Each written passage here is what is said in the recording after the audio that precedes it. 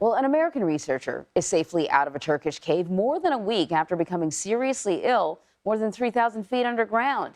He became trapped after suffering life-threatening stomach bleeding, and it took an international team of rescuers 3 days to move him through those narrow passages.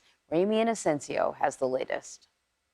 Surfacing from thousands of feet underground after 10 days, rescuers in Turkey lifted up ill American explorer Mark Dickey alive.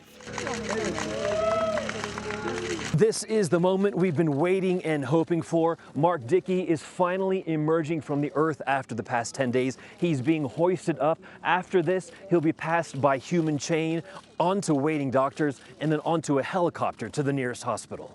It is amazing to be above ground again.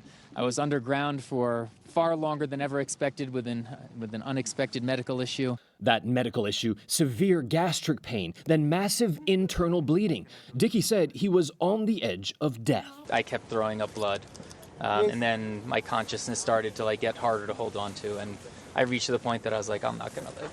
A multinational rescue effort kicked in. Nearly 200 volunteers and medics flew in, bringing down blood and fluids. Teams from Europe and Turkey were each assigned stages to help Dickey rise further, faster. 3,000 feet up, taller than 2 Empire State Buildings. Most of the time cocooned on a stretcher, hooked up to an IV, and with a medic always at his side. Navigating waterfalls, near freezing cold, and narrow passages, some widened with explosions. Then, just after midnight, Dickey's journey from the depths of the earth came to its end. It's been one hell of a crazy adventure, but I'm on the surface safely. I'm still alive. But for now, he's grateful to be back above ground. Ramy Inocencio at the Morja Cave, Turkey. So Ramy is joining us now from Turkey. Ramy, good afternoon. Good morning for us. Good afternoon for you. You got to tell me, what was it? You guys have been on that mountain for 24 hours straight. What was the mood like in the run-up to Dickey sort of emerging onto the surface? Yeah, and that 24 hours, of course, was so pivotal. When we arrived on top of that mountain, there was palpable tension. You could see it on people's faces. They were lost in thought, probably trying to figure out what to do next to get Mark Dickey out.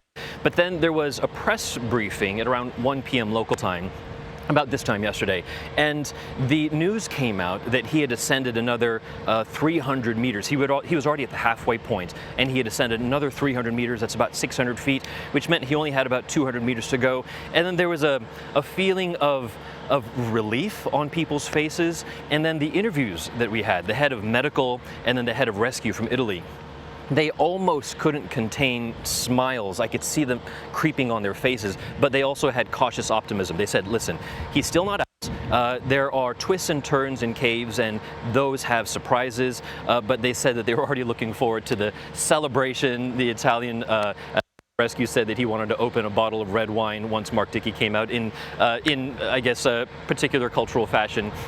And then when he finally came out after midnight, we were there, you saw that in the package, and there was celebration, but there was also tears.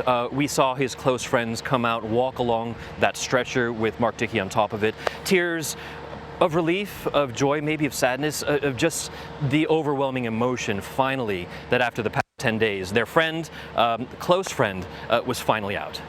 Yeah, well, it's really nice to have, you know, in news, sometimes we don't always have happy endings, so it's really nice to be able to see a happy ending with this. Ramy, thank you. Yeah.